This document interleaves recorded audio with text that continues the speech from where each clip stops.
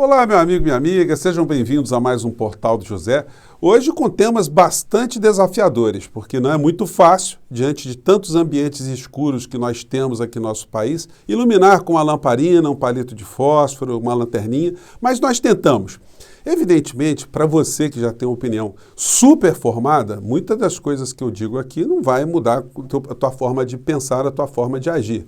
Mas é importante você levar em consideração alguns aspectos que eu vou colocar aqui, que você não verá pelos grandes veículos de comunicação e você também não verá, inclusive pelas redes sociais, pelos debates que eu vejo aqui de muitas pessoas, muitos amigos, colocando as suas opiniões aqui em portais como o nosso portal de hoje. Antes de mais nada, se você está chegando no nosso portal, convido você a conhecer os nossos outros vídeos, a se inscrever, você que é muito bem-vindo, a compartilhá-los se você achar bacana, a dar o seu joinha, porque isso amplia ainda mais o alcance do nosso portal, enfim, e enviar os seus comentários para cá, porque são sempre livres e são sempre bem-vindos aqui no nosso portal.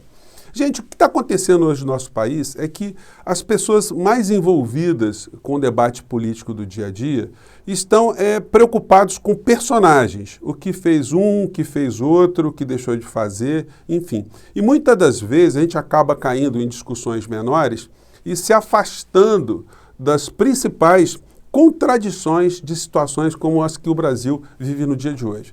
Não adianta a gente ficar só jogando uma luzinha sobre os nossos conflitos internos das pessoas que querem mudanças aqui no nosso país, que querem mexer com estruturas muito poderosas aqui no nosso país. A gente tem que jogar luzes nas causas, nas situações todas que são as determinantes da história de países como o nosso país. Do que eu estou falando? Gente, essa noite, essa madrugada, a gente teve mais um episódio da história política do nosso país com esse assunto aqui. Esforço concentrado para votar PEC dos precatórios, Lira promete beneficiar estados, prefeituras e ampliar emendas. A matéria aqui não é nem um pouco crítica, né? A matéria aqui está só reportando. E eles chamam a PEC dos precatórios, quando, na verdade, se o jornalismo fosse feito de uma forma bem profissional, eles deveriam chamar isso da PEC do mensalão 2.0, a PEC da infâmia, a PEC da corrupção disfarçada, a PEC da compra de deputados travestidos ali de pessoas interessadas em problemas do povo brasileiro. Gente, eu acompanhei, então, a votação ontem, e, sobretudo, o comportamento do presidente da casa, o Arthur Lira, que é quem de fato manda nosso país ao lado de Paulo Guedes. Como eu tenho denunciado aqui, falado o tempo todo, o Bolsonaro não manda nada, ele não tem luz própria, ele não sabe o que está fazendo ali, ele terceirizou o Brasil para quem se apresentou sendo fiel a ele entregou tudo, inclusive o comando político e o comando econômico do nosso país. Na votação de ontem, o que me chamou a atenção era o seguinte: a cada deputado que falava, a cada líder de bancada, o Arthur Lira com telefone celular, está dando para vocês verem aqui, o tempo todo ele fazendo ali, passando o WhatsApp, ele articulando sem parar. Ele fez isso antes, durante e continuou a fazer depois. Evidentemente, ele conseguiu sucesso nessa votação ontem por uma diferença de 4 votos, porque ele passou o tempo todo negociando, pervertendo tudo aquilo que tinha sido debatido anteriormente nessa tal PEC dos precatórios, que eu prefiro chamar de a PEC do mensalão 2.0, a PEC da corrupção. Ele ficou com o telefone ali de uma forma bem descarada, mas isso denota muitas coisas, né? A negociação foi feita em tempo real ali.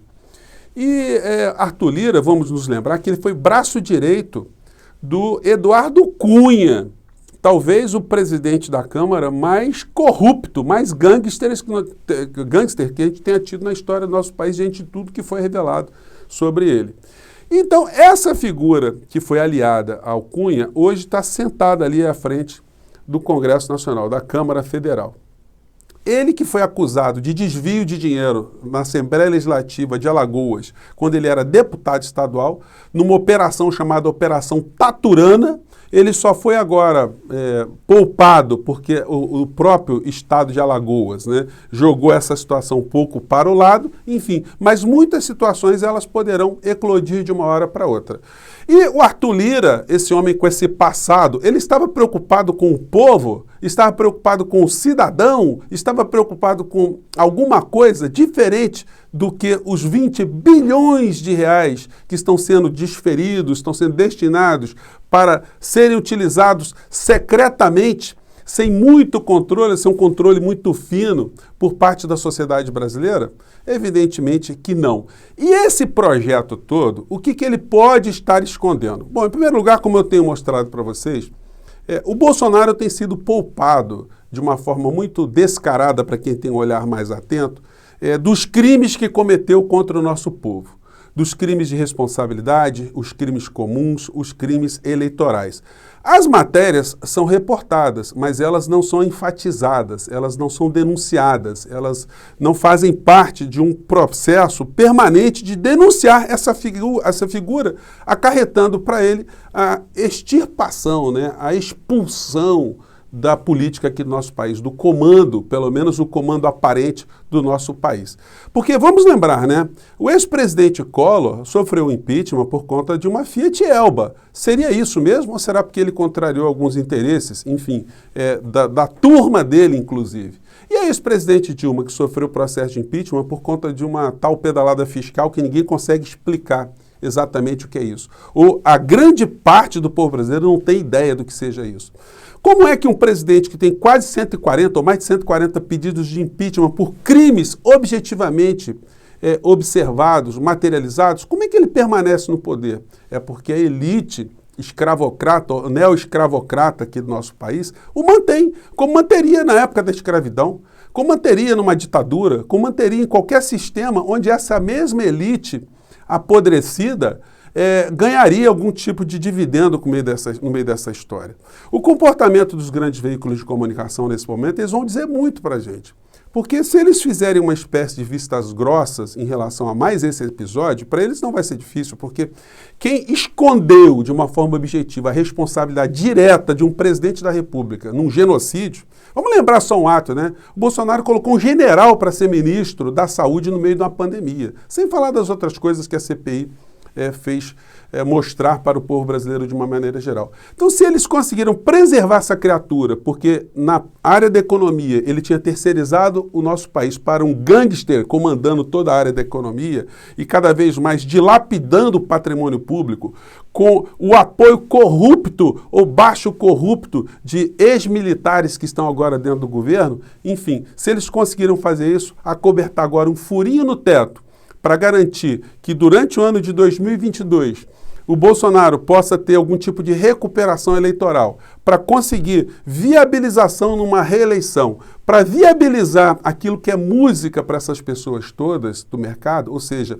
o fatiamento da nossa maior empresa, que é a Petrobras, a entrega definitiva dos tesouros da nossa soberania nacional, enfim, para eles suportar mais 4 anos de Bolsonaro, eles já viram que ele não faz mal a ninguém a não ser ao próprio povo, mas eles não estão nem aí para o povo. Ou vocês acham que o Arthur Lira está preocupado com R$400, que Bolsonaro está preocupado com o ser humano, Bolsonaro que não se preocupou com a saúde, que mandou as pessoas se contaminarem e irem para a morte, que esse homem hoje está preocupado com algum dinheirinho para as pessoas mais pobres até o final de 2022.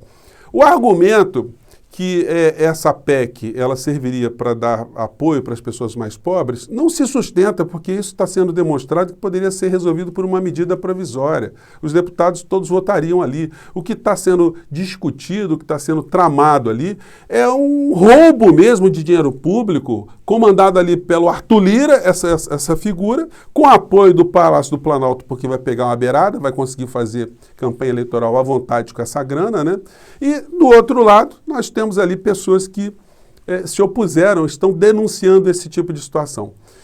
Alguns deputados do campo da esquerda votaram a favor dessa infâmia comandada pelo Arthur Lira, o chefe da Operação Taturana, ou do escândalo Taturana em Alagoas. A explicação que eu vi de alguns deputados é que estaria ali uma emenda para a educação, uma emenda para professores, tudo mentira, tudo para engrupir aqueles deputados que, de uma forma não velada, podem ter escutado algum tipo de conversa que os beneficiaria economicamente nas suas bases ou nos seus interesses ou alguma categoria.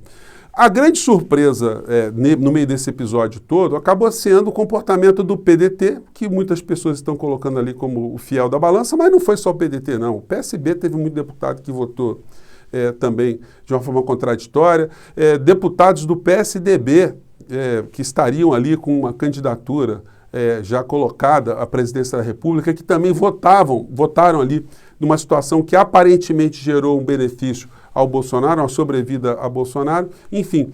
Mas isso fez com que o candidato Ciro Gomes se colocasse de uma maneira muito firme no meio desse processo todo. E quando a gente fala Ciro aqui, a gente sempre mexe com paixões. Tem pessoas que detestam o Ciro, tem pessoas que amam o Ciro, enfim. E eu não entro nesse tipo de discussão, porque não são essas pessoas, as pessoas que estão no campo da esquerda, no campo progressista, que são as pessoas que são nossas adversárias. Eu tenho proposto aqui o tempo todo que haja uma convergência no comportamento, na linha de pensamento dessas pessoas, que elas ajudem que o povo todo entenda que os nossos problemas não estão entre nós. Os nossos problemas são aquilo que lá atrás já se falava como uma espécie de interesses de classes divergentes.